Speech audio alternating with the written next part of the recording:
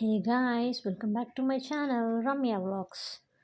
So ఇవాళ మనం egg fried rice ఎలా చేసుకోవాలో చూస్తామండి. ఇది నా స్టైల్లో.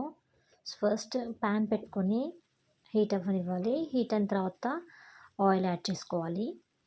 2 ఎగ్స్ తీసుకొని బీట్ చేసేసుకొని అందులో వేసుకోవాలి. ఎగ్స్ని ఆయిల్లో బాగా ఫ్రై అవ్వనివ్వాలి.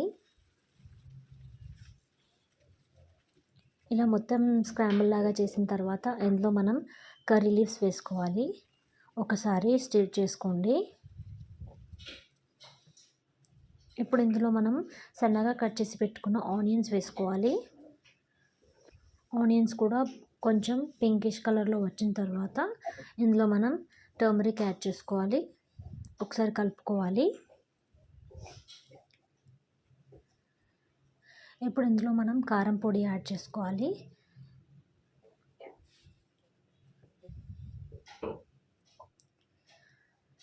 ఇది మరొకసారి కలుపుకోవాలండి. ఇలా బాగా కలిపిన తర్వాత ఇందులో మనం కొంచెం టొమాటో కెచప్,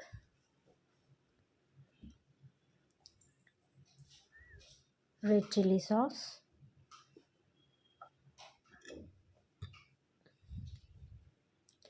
సోయా సాస్,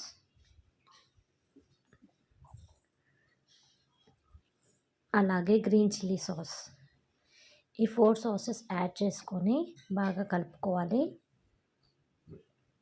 ఇది హై ఫ్లేమ్ మీద పెట్టుకొని చేయండి.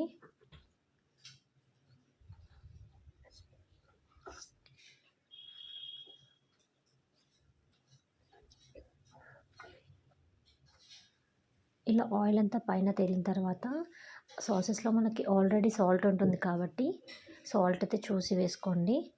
ఒక గ్రీన్ చిల్లీ ఇలా తుంచి వేసేసుకోండి. బాగా కలపండి.